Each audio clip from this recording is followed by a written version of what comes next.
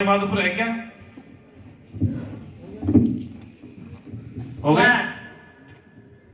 Mukesh Pipariya, railway protection force Delhi. साथियों, जय मानवता, जय नैतिकता और जय विज्ञान। सभी आप देंगे मेरी बात पे ध्यान। प्रथम अधिवेशन है इस विचारधारा का 8 और 9 जनवरी को 2023 को यहाँ ही था। तब भी मैंने वही बात दोहराई थी। आज फिर पुनः उस बात को दोहरा रहा हूं कि ये जो विचारधारा है, इसमें जितने भी शब्द है, उसमें सबसे एक महत्वपूर्ण शब्द है जो इनकी कड़ी है, इनकी आत्मा है, साहस। यदि साहसी शब्द को, ये साहसी शब्द जो अपने आप में परिपूर्ण है, वो आप में यदि उसको समाहित नहीं करते हैं, तो मैं समझता हूं कि ये जो विचारधारा है, इसका उद्भव आप करने में सफल नहीं हो सकते। आप में सबसे पहली शर्त है कि नैतिक साहस डेवलप करना होगा, उसको आप में एक जागृत करना होगा। और इसका मैं साक्षात उदाहरण हूं, क्योंकि अभी थोड़े दिनों पहले की बात है, साहब की एक पोस्ट थी।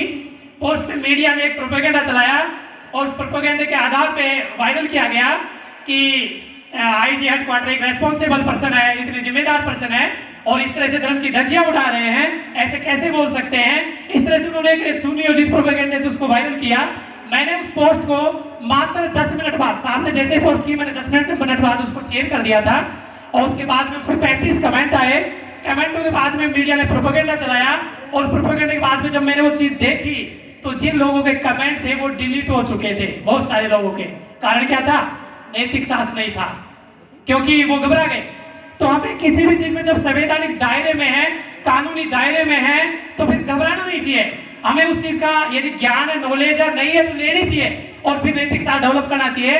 मैं आपको बता दूं, इस विचारधारा की एक ब्रांच मान लीजिए, एक कहनी मतलब एक शाखा मान लीजिए, जेजेएम के रूप में चलाते हैं और जेजेएम की जो शाखा है उसके साथ में मृत्युभोज कुप्रथा जो पूरे राजस्थान में भयंकर रूप में आज भी प्रचलित है। पूरे जैसे देश का अपना अवलोकन करते हैं तो राजस्थान में बहुत ही गहरे रूप से व्याप्त है और कितनी क्रिटिकल समस्याएं उसके अंदर आती है, जबरदस्त सामना करना पड़ता है। लेकिन अब तक भी उन चीजों से निर्भीक और निडर रहते हुए साहब का पूर्ण सहयोग रहता है और 1100 मृत्युभोज में लगभग हमने रुकवाए, जिसमें से कम 560% जैसी कानून ने अपेक्षा करी है उसी अनुरूप 7% 550 मृत्युभोज लगभग हमने रुकवाए और लोगों में एक जागरूकता करी है। दूसरी चीज हम ये कहना चाहेंगे कि देखो, ये जो विचारधारा है बहुत ही परिपूर्ण और बहुत ही मतलब उच्च दर्जे की है, जो आज के वर्तमान परिप्रेक्ष्य में देश की जो स्थितियां देखते हैं तो इसको अर्जित करना बहुत नामुमकिन सा है, लेकिन असंभव नहीं है। तो उसमें आप अपने लेवल पे, मेरा आपसे आग्रह रहेगा, आप जहां भी रहते हैं अपने लेवल पे अपने विचारों अनुसार इसको माध्यम रखते हुए अपनी उस ब्रांच से बना के जागरूकता के हिसाब से काम करें। क्योंकि यहाँ आए, सुने और चले गए और अपने में उसको अमल नहीं किया तो मैं समझता हूं कि जो चीजें हम 5 साल में बदलाव कर पाएंगे 15 साल में नहीं कर पाएंगे। साहब 2015 से प्रयास रहता है। सोशल मीडिया पे पिछले इस 10 साल के अंदर बहुत अच्छी जागृति आई है, लेकिन जब धरातल पे जाकर के अपन उसका अवलोकन करते हैं तो वो अभी भी सुनने या नगण्यता मिलती है। ग्रामीण परिवेश की परिस्थितियां बहुत अलग है। छोटी छोटी विचार संगोष्ठियां कीजिए, आप अपने लेवल पर उनको आयोजित कीजिए, साहब को बुलाइए, लेकिन जब तक ग्राउंड पे जाकर के धरातल पे जाकर के आप प्रयास नहीं करेंगे बदलाव नहीं होंगे।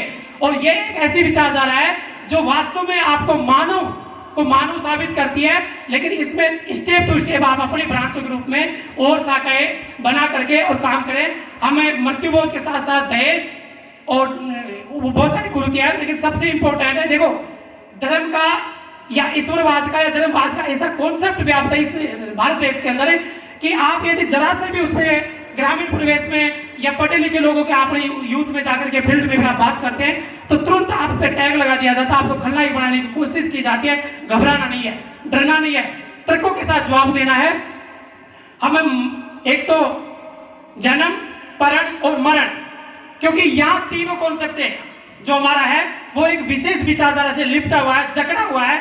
तो उस तीनों कॉन्सेप्ट को स्टेप टू स्टेप हम बदलने के लिए पूरा लिखित इतिहास, लिखित बुक लेके आ रहे हैं और उसी के आधार पे धरातल पे चीजों को इंप्लीमेंट करवा रहे हैं। क्योंकि आप जन्म परण और मरण तीनों चीजों पे व्यक्ति को धर्मवाद ईश्वरवाद से मुक्त कर दोगे, यानी कि उन कुरीतियों से, उनके मकर जाल से, उस पाखंडवाद से, अंधविश्वास से बचा दोगे, तो बहुत सारी चीजें आप बहुत आसानी से बदल दोगे। और ये सब संवैधानिक दायरे में, क्योंकि इन सब चीजों पे संवैधानिक दायरे में रहकर कानून बने हुए हैं, और राजस्थान के अंदर तो बहुत स्ट्रॉन्ग कानून है, तो उनके आधार पर डरने की जरूरत नहीं है, घबराने की जरूरत नहीं है, और उन कानूनों के दायरे में रह करके आप इंप्लीमेंट करें, परिणाम आएंगे, पक्का आएंगे, क्योंकि हमने परिणाम लिए हैं धरातल पे और ले रहे हैं। और मैं आपको सबको वादा कर रहा हूं कि अपने आप में अमल कीजिए, दोहरापन मत दिखाइए, जैसा कहते हैं वैसा पहले करके दिखाइए, फिर परिवार में स्थापित कीजिए, फिर रिश्तेदारी में स्थापित कीजिए, और फिर समाज और गांव में स्थापित कीजिए, बदलाव अवश्य होंगे। मैं आपको बता दूं, 20 सितंबर की बात है, शॉर्ट में बताऊंगा। मेरी सगी बहन है, उसके ससुर जी खत्म हुए, उस परिवार को बचपन से मैं लेके चलता हूं, यानी कि उस परिवार के अंदर कोई भी चीज हो तो नमक भी मेरी अनुमति से डलता है। उस परिवार में जब उनके जीजाजी के पिताजी एक्सपायर हो गए, मैं गया, समझाया, मैंने कहा मृत्यु भोज नहीं करना है, और करोगे तो भरोगे, मैं आपको क्लियर कह के जा रहा हूँ। बोला जी नहीं करेंगे, अब तो घर का करेंगे ये। मैं कह रहा हूँ, स्पष्ट कह के जा रहा हूँ, समझदारी की बात है, आप मुझे प्रैक्टिकल देख रहे हो, क्योंकि अप्रैल में मेरे पिताजी एक्सपायर हुए थे एक्सीडेंटल, और मैंने किस तरह से किया था आपने देखा है, एक्यूरेट उसी तरह की उम्मीद मैं करता हूँ। यदि करोगे तो भरोगे। उन्होंने बोला नहीं करेंगे, और उस जीजाजी ने मेरे आने के बाद मेरी बात को नकारा। मैं उनको ये कह के आया था कि मृत्यु भोज करोगे तो कानून भी इंप्लीमेंट होगा, मेरी रिश्तेदारी सदा के लिए खत्म हो जाएगी। आप मेरे को जो आज तेरे परिवार को मैं लेकर चल रहा हूँ वो सारा मैं खत्म कर दूंगा। उसके बावजूद हिमाकत वही नालायकी गिरी, मृत्यु भोज 20 सितंबर को गया।